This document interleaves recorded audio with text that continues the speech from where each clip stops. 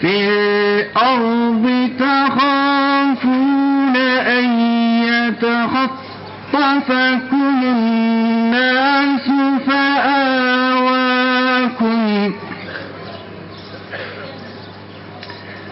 فآواكم وأيدكم بنصره ورزقكم من الطيبات.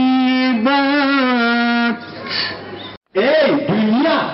Seyredin, bakın ben size bir örnek adam gönderdim. Örnek bir Resul gönderdim ey dünya! Bakın kızlara nasıl davranılacak? Annelere nasıl davranılacak?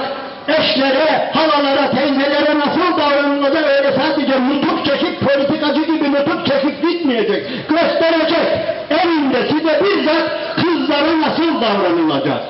Evet, kardeşler, kız dedik de gelip geçmeyin o gün ha. Birine desen ki ya kızım oldu senin dediğinde adamın suratı mahkeme duvarı gibi oluyordu. Dikkat edin. Öyle bir dönemde geldi ki o Peygamber aleyhissalatü vesselam kız çocuğu denildiği zaman babaların suratı cehennem gibi oluyor. Simsiyah oluyor. Kömür gibi oluyor.